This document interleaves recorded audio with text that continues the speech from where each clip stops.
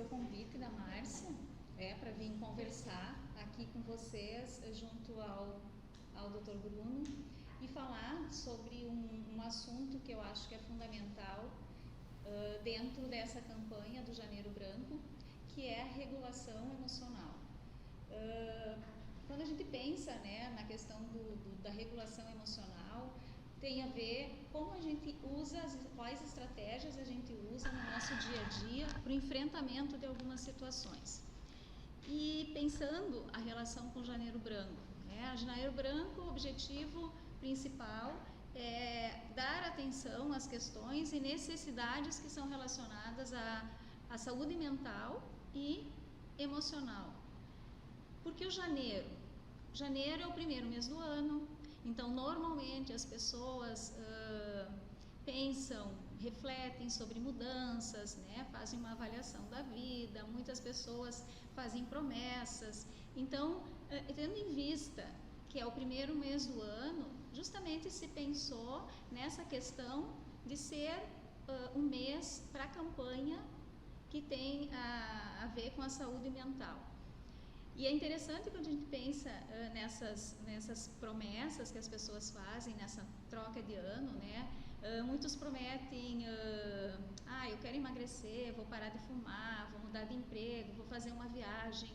E no início, todo mundo está motivado. A motivação tem a ver com as emoções. Então, as pessoas começam o ano motivadas, felizes, né? Seguindo um plano de ação para alcançar um resultado. E aqui o que a gente observa? Que à medida que vai passando o tempo, as pessoas vão desistindo, desanimando, se desmotivando. E a gente tem que pensar o que faz, o que acontece, que processo que acontece, que leva as pessoas não chegarem ao resultado que gostariam. Por exemplo, emagrecer. Sabe? Coloco no plano que esse ano eu quero emagrecer. Vou emagrecer fazendo o quê? Vou fazer uma atividade física, vou buscar uma nutricionista, né? Faz um monte de planos. Ok, começa bem. Mas no momento que faz esses planos, muitas vezes não pensa que vai passar por situações bastante desconfortáveis. Por exemplo, vai comer pizza ou vai numa pizzaria, apesar que agora com a pandemia, mas mesmo assim, tá com os amigos ali ou as pessoas sentadas comendo num rodízio, várias fatias de pizza. E a pessoa que quer emagrecer tem que ter um número, digamos, né? Eu só posso comer 4 fatias. Ela vai bem animada, mas daí começa a ver todo mundo comendo. E os pensamentos vêm. Puxa, por que todo mundo está comendo e eu não? Que droga, por que só eu tenho que emagrecer? Aí as emoções são ativadas. E muitas vezes a pessoa pensa, para que eu quero emagrecer? Eu já vou comer, eu não vou conseguir mesmo, e acaba desistindo. Aí que entra, né, a regular as emoções. Eu peguei esse conceito, da Marcia, que ela diz assim, que é um conjunto de habilidades adaptativas, incluindo a capacidade de identificar as emoções, compreendê-las, para controlar comportamentos impulsivos e usar estratégias adaptativas para cada situação, de forma a ajustar as respostas emocionais. Então, se a gente olha o conceito, a gente vai pensar, é trabalhoso. E realmente é trabalhoso, porque as habilidades a gente tem que treinar, a gente aprende.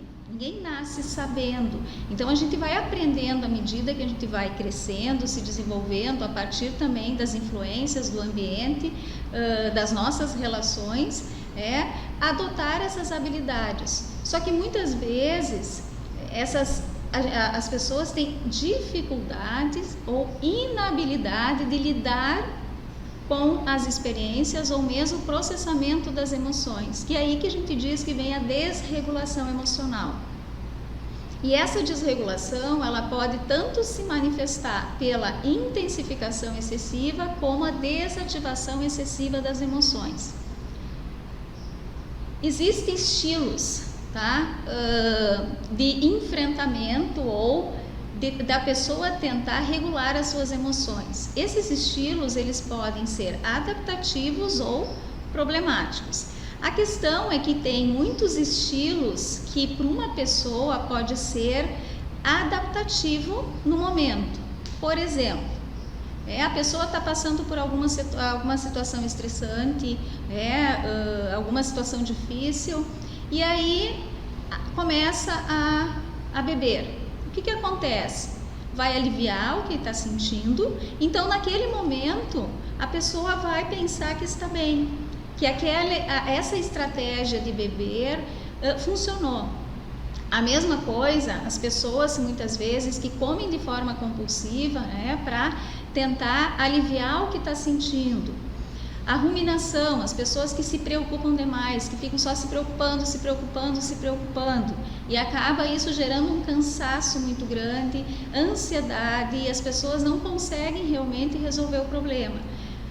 A automutilação também é uma estratégia que para muitos, que usam, naquele momento que adotam, até parece que resolve o problema, digamos. Até o outro dia, atendendo uma adolescente, e ela me falou que tinha se cortado. Daí eu perguntei, mas o que houve? Ela disse, mas eu não estou sentindo nada. Então eu pensei, eu vou me cortar para ver se eu sinto alguma coisa. O que ela sentiu? Ela sentiu a dor. Naquele momento, sentir a dor para ela até teve uma certa, digamos, se eu posso usar a palavra gratificação, mas naquele momento para ela se cortar, sentir a dor, serviu. A questão é que quando a pessoa acaba adotando esses estilos, e a longo prazo, isso vai trazer problemas. Então, essa questão do abuso de drogas e álcools, comer compulsivamente, a própria ruminação ou a automutilação, como eu disse, podem funcionar num primeiro momento, mas depois acaba se tornando um problema. Então, que estratégias que a gente pode adotar, que a gente pode dizer que são adaptativas, tá? Para isso a gente precisa conhecer as emoções. E o que são emoções? Tá? Esses autores, eles trazem as emoções como um conjunto complexo de reações químicas, neurais, que indicam que algo importante acontece e que este algo precisa ser observado ou alguma modificação no ambiente deve ser realizada. Então, a emoção, ela é um sinal, que a gente diz, um sinal de alerta. Ela é fisiológica, ela é um processo automático, não consciente, involuntário, que a gente sente no corpo. Então, a emoção, ela vem uma sensação corporal. Aí a gente precisa do cérebro, que vai decodificar para dar um significado, que aí entra o que a gente chama os processos cognitivos. E quando a gente dá esse significado, a gente vai chamar de sentimento. O que eu quero dizer? Se a gente está enfrentando uma situação, por exemplo, vou pegar uma situação bem comum, assim, alguém recebe uma crítica, tá? Recebeu a crítica no primeiro momento, ativa o medo. Esse medo vai virar, por exemplo, a pessoa vai interpretar como uma situação perigosa a partir das experiências dela. E esse medo pode para ela significar, ela vai se sentir ansiosa, preocupada, nervosa. A partir do que vem essa questão desse significado? Essa pessoa, ela deve ter passado por situações no passado, ela deve ter crenças, que ela é uma fracassada, que ela é uma incompetente. Então, no momento que ela recebe uma crítica, ela vai sentir o medo, mas ela vai interpretar a situação como um perigo, como se realmente aquela situação fosse um perigo real para ela. E, na verdade, não é um perigo real, porque ela não está passando por uma situação que coloca em risco a sobrevivência, a vida dela, mas a pessoa interpreta como tal. Então, é esse significado que muitas vezes a gente precisa aprender a lidar. As emoções, elas são, a gente diz que tem as emoções básicas, tá? Tem alguns autores que colocam a vergonha, a surpresa. O Renato Caminha, a Marina Caminha, eles trazem 6, tá? O medo, a raiva, a tristeza e o nojo como emoções desagradáveis ou desconfortáveis. A alegria e o amor ou o afeto como agradáveis ou confortáveis. Por que a gente se usa esse termo? Porque não tem emoção negativa ou emoção positiva. Porque todas as emoções, elas têm uma função na nossa vida. Então, digamos, a gente pode dizer que as emoções, elas são nossas amigas. Elas estão sinalizando algo, elas têm uma função, elas servem para algo. Só que isso é a gente que vai interpretar, tá? Quem viu, por exemplo, o filme Divertidamente, né? Ali tem as 5 emoções. O amor, o afeto entra dentro da alegria, tá? No filme. Para a gente poder compreender, então, identificar, nomear as emoções, saber o que eu estou sentindo, digamos, a gente precisa compreender o que cada emoção significa, para que cada emoção serve. O medo, por exemplo, tá? O medo, ele existe com o objetivo de antecipar um dano físico ou psicológico. Então, a gente precisa sentir o medo para a preservação da nossa vida. Se a gente vai olhar uma criança pequena, se ela está jogando bola, a bola vai para o meio da rua, a criança corre atrás da bola. Por quê? Ela não aprendeu a ter medo, ela não entende que se a bola vai para a rua e ela sai correndo atrás da bola, um carro pode passar, atropelar e matar ela. Quem ensina a criança são os adultos, são os pais, quando dizem, cuidado, um carro pode vir, pode atropelar. E aí a criança vai dando significado àquele medo. Antes de atravessar a rua, eu preciso olhar para os lados para mim não correr risco de vida. Então, o medo é a preservação da vida. Pra gente, também ele serve para que a gente sobreviva, né? A raiva, digamos, ela funciona como proteção. E proteção, digamos, ao ninho, ao filhote, ao território, né? A gente usa a raiva para colocar limites também. Então, a raiva, ela serve tanto para nos defender como para atacar. E socialmente adquire essa função da preservação do self. Então, a raiva também, como o medo, eles nos protegem, sabe? Numa situação, por exemplo, que a pessoa é agredida, mesmo que seja verbalmente, a raiva, ela vai servir para a pessoa conseguir lidar com aquela situação, poder se defender e não se permitir ser agredida pelo outro. A tristeza, a função é justamente refletir para a gente poder modificar aquilo que não está bom. A gente usa, né, que todo mundo só vai mudar a partir do sofrimento. Então, não é bom sentir tristeza? Não, ninguém gosta de estar triste. Mas se a tristeza não existe, como a gente vai saber que algo não está funcionando na nossa vida? Então, a gente precisa muitas vezes parar e pensar, para poder solucionar e poder lidar com aquela questão que a gente está vivendo. O nojo é a necessidade de evitar contaminação. Tá? A contaminação, ela pode ser interpessoal, corporal ou moral. O que quer dizer? Corporal, por exemplo, eu não vou botar a mão no lixo, pegar uma comida estragada, porque se eu comer eu posso ficar doente. Interpessoal, quando a gente diz assim, eu tenho nojo daquela pessoa me causa uma repulsa, que a gente se afasta. Então, é como se aquela pessoa pudesse nos contaminar com alguma coisa. E moral, a mesma forma, né? Muitas vezes a gente diz, eu desprezo aquela pessoa pela forma que ela age. Então, eu me afasto porque eu não concordo com aquilo e eu evito para que aquela forma de agir daquela pessoa não interfira naquilo que eu sou. A alegria, né, justamente expressa os acontecimentos que a gente diz que são desejáveis, né, tanto pessoal como coletivo. E o amor, ele serve tanto para reproduzir como para cuidar dos filhotes que a gente diz, né, dos mais frágeis, dos que se dependem de nós, dos vulneráveis, e também para manter os vínculos afetivos. Só que essas emoções, tá, elas elas podem, muitas vezes a pessoa dá um significado para elas, que elas podem levar a pessoa a se desestabilizar, ou se desregular. Tá? Depois acho que o Dr. Bruno vai entrar mais nessas questões, porque assim, ó, se eu tenho um medo muito intenso, eu posso ter uma fobia, né? Eu posso ter uma ansiedade social. Então, o medo muito intenso também vai me prejudicar. Tá? Se eu tenho a tristeza, se eu não consigo lidar com a tristeza, eu posso ter uma depressão. Se eu não consigo lidar com essas questões do próprio nojo, que a gente coloca, pode levar também a um transtorno obsessivo-compulsivo.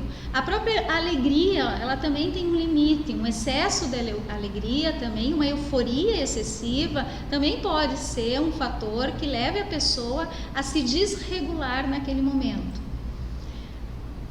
Uma outra forma também da gente conseguir regular as nossas emoções, tá? Além de compreender, identificar e nomear, é poder também, a partir dessa identificação, dessa compreensão, poder mudar as emoções.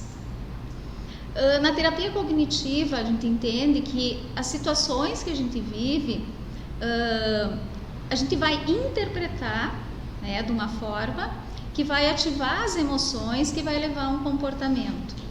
Essa interpretação de uma situação, ela é subjetiva, ela é baseada nos nossos esquemas, nas nossas crenças, que dão um significado àquele fato e que levam a um resultado. Então, essa interpretação, digamos, ela pode ser distorcida. O que é distorcida? Normalmente, quando a emoção é ativada, a gente não consegue basear as decisões nos fatos. Isso que leva muitas vezes a pessoa se desestabilizar, digamos, ou ter um comportamento que a gente diz desadaptativo. Então, muitas vezes, para a gente poder mudar aquilo que a gente está sentindo, lidar com aquela emoção indesejada, a gente precisa aprender a verificar os fatos. A gente diz que é busca de evidências. O que é busca de evidências? É justamente ficar se questionando, tá, mas isso que eu estou pensando realmente é verdade? Eu tenho alguma evidência de que isso está realmente acontecendo? No momento que a gente se questiona aquele significado que a gente dá ao fato, muitas vezes o resultado pode ser diferente. Agora, se eu me deixo levar realmente pelaquela interpretação que pode ser distorcida, o meu comportamento também pode ser desadaptativo. Que nem, vou dar o exemplo da crítica, recebo uma crítica no meu trabalho. Se eu interpreto aquela crítica como uma injustiça, eu vou sentir raiva. Se eu sentir raiva naquele momento, eu posso responder à pessoa que me criticou de uma forma agressiva. Agora, se eu dou significado, a pessoa está me criticando, ela está sendo injusta comigo, mas eu consigo aí pensar, verificar os fatos, digamos assim. Mas essa pessoa está me criticando, está criticando isso que eu fiz nesse momento. Mas será que só porque eu fiz um erro, realmente, eu sou um fracasso, eu não tenho competência, ou só porque ela me criticou, ela não gosta de mim? Então, no momento que a gente começa a pensar, verificar os fatos, geralmente a emoção desativa, ela diminui e a gente consegue lidar melhor com a situação. E aí sim, chegar a uma solução de problemas. Se basear só nas emoções, muitas vezes, nos leva a comportamentos impulsivos. E isso, existem pessoas que têm, assim, um temperamento que pode levar a não conseguir lidar tão bem com as emoções. E esse temperamento, junto com o que eu falei, com a forma que a família lida, com a forma que a criança aprende a se relacionar com o mundo, consigo mesmo, acaba interferindo. Uma outra maneira tá, que se coloca é adotar uma ação oposta. O que é isso? Por exemplo, se eu tô com medo, tá? Que nem fui convidada para vir falar aqui, né? Medo, vem a ansiedade, pode vir na minha cabeça, vai, se eu falar algo errado e se não gostarem. E esse significado pode fazer com que eu evite a situação. Só que no momento que eu evito a situação, eu só vou reforçar esse meu medo. Realmente eu não sou capaz. Agora, se mesmo me sentindo, digamos, ansiosa, né, eu penso, não, mas eu já fiz outras vezes, eu já falei outras vezes, já dei outras palestras, e se eu errar, qual o problema? Não quer dizer que se eu errar alguma coisa ou alguém não gostar de algo que eu falo, não quer dizer que eu não consiga fazer. Isso é me aproximar. Então, eu vou enfrentar a situação.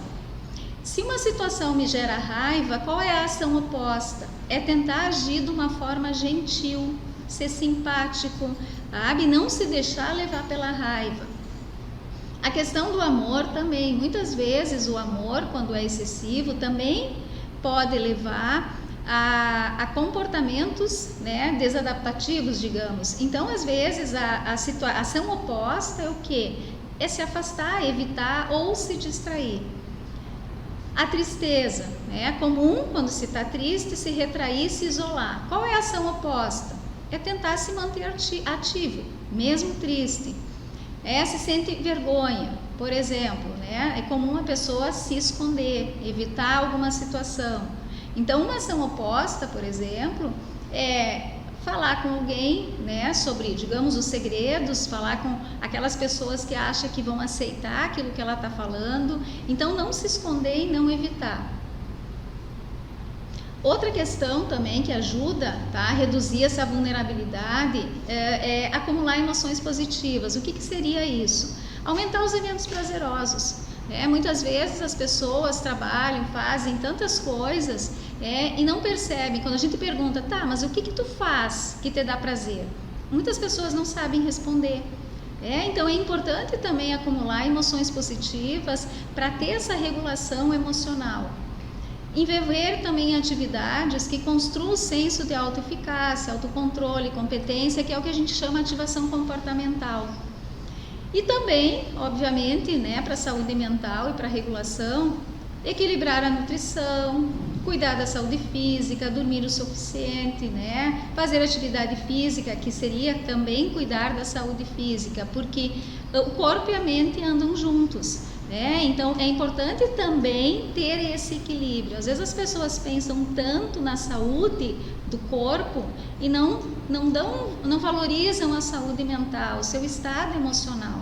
E esse desequilíbrio também acaba atrapalhando, acaba gerando consequências, né, que não são, digamos, muito positivas. Uma estratégia, tá, que atualmente está se usando muito para poder regular as emoções e lidar com as emoções mais, que a gente diz, mais difíceis, ou as situações que ativam as emoções de uma forma mais intensa, é o Mindfulness, tá? O que é isso? É focar no momento presente sem julgar ou rejeitar o momento. O Mindfulness, apesar de precisar muitas vezes treino, né, para a pessoa conseguir entender, é possível usar essa técnica para o nosso dia a dia, tá? Digamos assim, a pessoa está se sentindo muito ansiosa no trabalho. O que é focar na mente? Tá?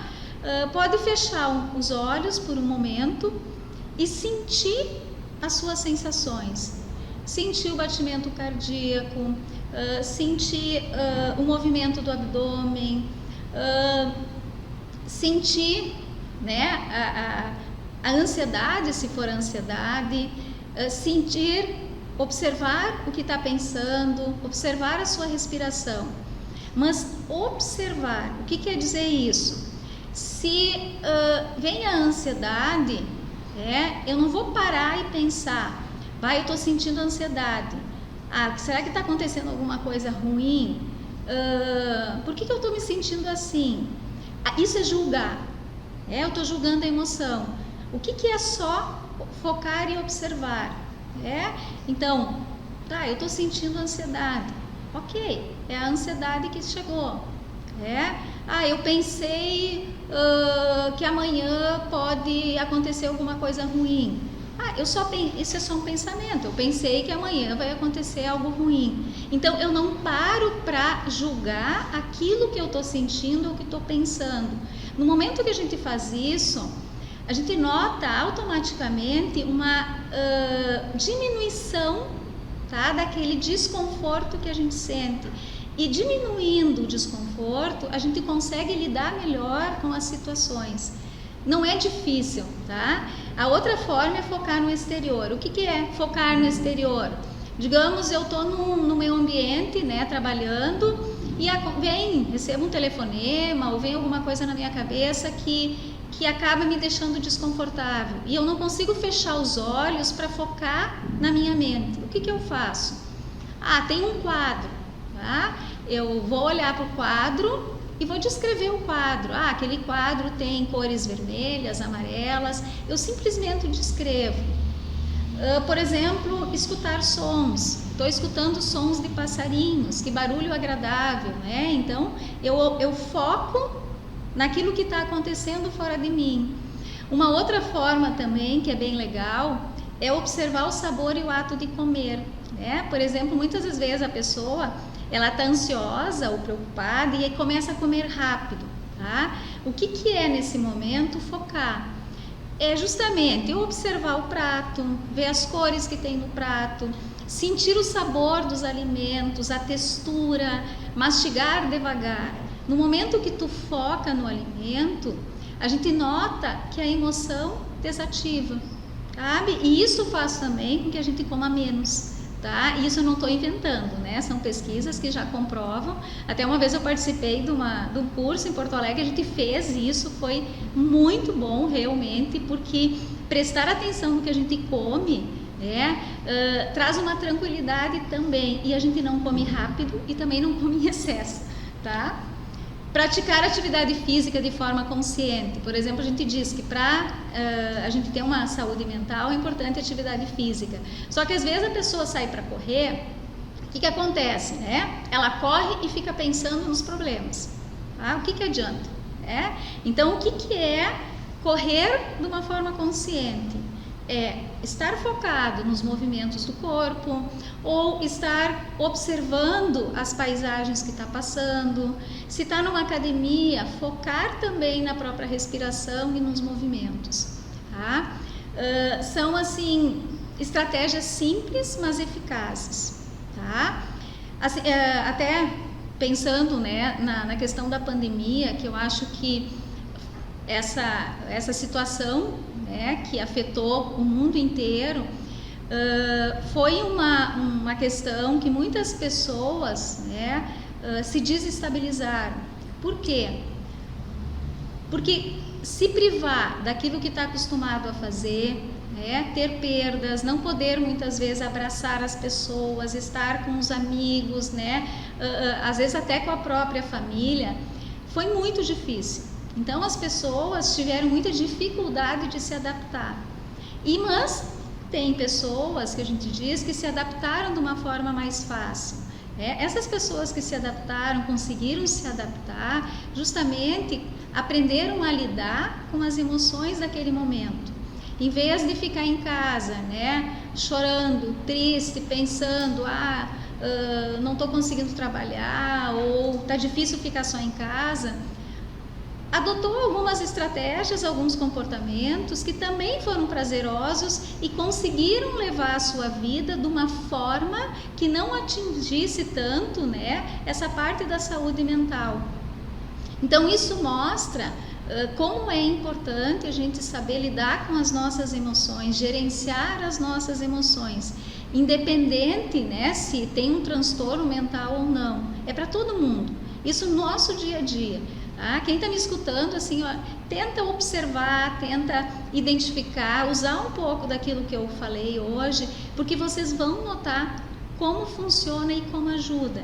Nem sempre a gente consegue, né? Tem momentos que às vezes é mais difícil ter esse controle, mas no momento que a gente aprende, sabe?